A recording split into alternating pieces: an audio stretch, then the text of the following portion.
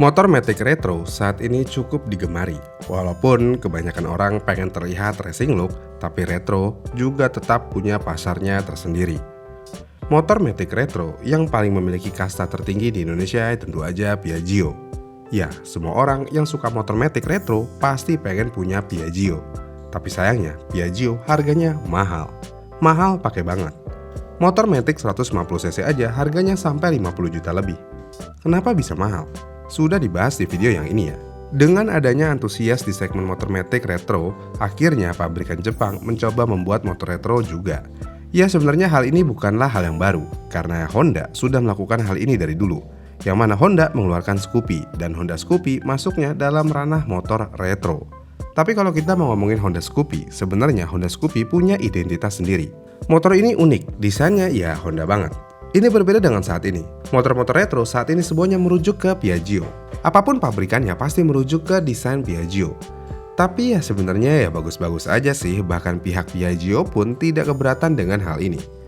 Kita ambil contoh Honda memiliki motor retro klasik terbarunya yaitu Honda Stylo. Desain motor ini jika dilihat sekilas sebenarnya ya baik-baik aja, bahkan cenderung oke. Karena ya walaupun konsepnya retro tapi sudah masuk dalam kategori retro modern. Kemudian jika dilihat dari secara desain keseluruhan harusnya ini motor ya baik-baik aja juga. Tapi karena ini motor Honda tentu aja pasti ada aja hujatan yang muncul. Dan ya sayangnya motor ini tidak lepas dari hujatan. Pertanyaannya, kenapa Honda Stylo sering dihujat? Padahal keren. Emangnya keren? Oke, kita lihat dulu desainnya. Jika dilihat dari desainnya, kepala motor ini sebenarnya ya tentu aja ngambil dari Piaggio Sprint S. Tameng depannya ngambil desain dari Mio Smile. Bodi sampingnya ya Scoopy, Genio atau Piaggio yang mirip-mirip semua lah. Lampu belakang ya NMAX Old versi sipit. Secara keseluruhan, motor ini banyak yang bilang contek sana, contek sini. Apakah ini benar-benar mencontek atau hanya inspirasi? Jika dilihat dari headlamp, ya kita bisa simpulkan hampir mencontek karena kemiripannya lebih dari 75%. Namun untuk tameng depan sepertinya ini hanya inspirasi, walaupun memiliki kemiripan yang lebih dari 50% juga. Tapi hanya di bagian lampunya yang mirip, sisanya ya Piaggio. Kemudian untuk lampu belakangnya, ya sepertinya hanya inspirasi aja sih, karena sejatinya lampu Stylo lebih modern dan lebih lebar daripada punya NMAX lama. Dengan hal tersebut, apakah motor ini layak dihujat? Ya sebenarnya nggak juga sih, hanya aja motor ini tidak memiliki identitas seperti Honda Scoopy. Kemudian selain tampilannya yang nggak punya identitas, mesinnya juga sering dihujat. Motor ini menggunakan mesin Vario 156,9cc. Maksudnya Vario 160. Ya, Honda Stylo menggunakan mesin Vario. Apakah hal ini salah? Sebenarnya nggak salah juga sih, karena kebanyakan pabrikan selalu menggunakan hal yang sama. Misalnya kayak Yamaha. Mereka menggunakan mesin yang sama di banyak motornya. Tapi khusus di kelas 125cc ya. Kalau di 150cc-nya ya beda-beda tipis lah. Jadi dengan menggunakan mesin Vario 160, apakah Honda Stylo layak dihujat? Jawabannya tidak, karena hal ini wajar umum terjadi. Kemudian selain mesin dan desain yang selalu dihujat, tentu aja rangkanya. Ya ini sih, rangka ESAV sempat menjadi masalah yang menghebohkan karena mereka mengandung silikat, alias anti karat. Anti karat atau pengundang karat, ini sih yang nggak tahu dan masih menjadi misteri sampai saat ini. Ada yang bilang anti karat, ada yang bilang pengundang karat. Ya ini balik lagi ke keyakinan masing-masing aja.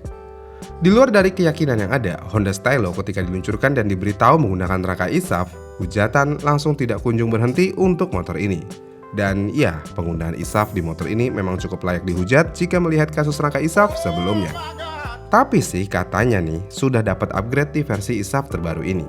Tapi menariknya bukan rangkanya yang karatan, malah tangki bensinnya yang karatan.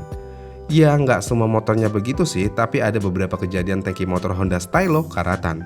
Dan penyebabnya juga nggak pasti. Ada yang bilang karena bensinnya, ada yang bilang karena materialnya dan lainnya. Sebenarnya jawabannya gampang aja. Jika kalian punya motor yang sudah lebih dari 5 tahun pakai dan tutup tangkinya aman dari karat, padahal kalian juga suka isi bensin eceran, berarti kalian tahu jawabannya apa. Iya kan? Kualitas. Kemudian selain masalah karat, hujatan selanjutnya adalah mesin yang gampang pecah. Maksudnya gimana? Honda Stylo memiliki ground clearance yang cukup rendah dan mesinnya cukup terbuka di bagian bawah, yang berarti motor ini rawan mentok jika lewat polisi tidur. Solusinya gimana? Beli pelindung mesin aftermarket. Di sini mungkin agak ambigu. Sebenarnya ground clearance motor ini dibikin rendah agar bisa mendapatkan penampilan yang padat. Tapi sayangnya polisi tidur di Indonesia sangat tidak manusiawi. Ditambah material motor sekarang kalian juga tahu sendiri ya kan? Kesenggol dikit langsung rontok. Kemudian selain itu motor ini banyak yang bilang overpriced. Honda Stylo 160 dijual mulai dari 28,4 juta rupiah sampai 31,38 juta rupiah. Emang iya overpriced? Bukannya semua produk Jepang sekarang emang overpriced?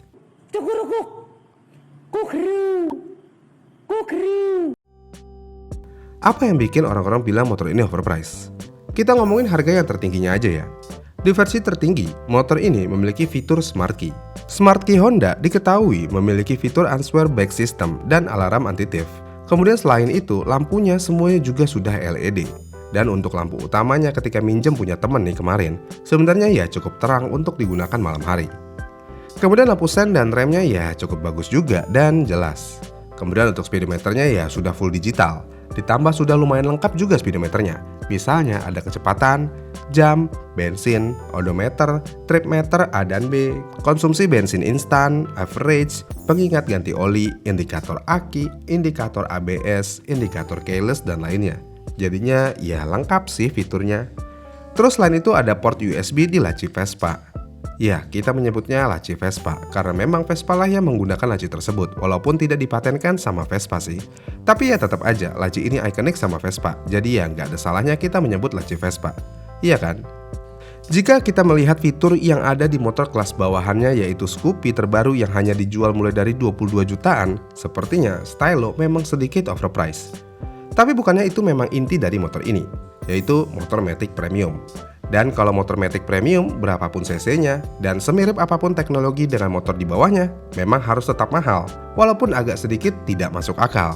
Iya kan? Walaupun memang kita tidak bisa secara langsung bilang kalau motor ini overpriced. Mengingat motor terdekat dari Stylo itu ya Scoopy, dan Scoopy masih memiliki cc yang kecil dan Stylo punya cc sebesar 156,9 cc alias 160 cc.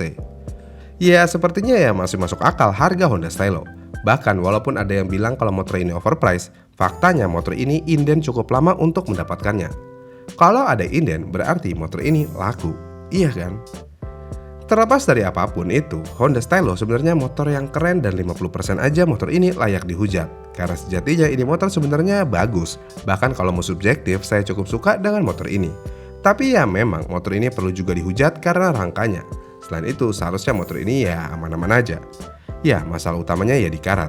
Karat identik dengan Honda saat ini. Gimana nih menurut kalian? Apakah motor ini layak dihujat atau tidak? Komen di kolom komentar di bawah ya, dan sampai jumpa di video selanjutnya.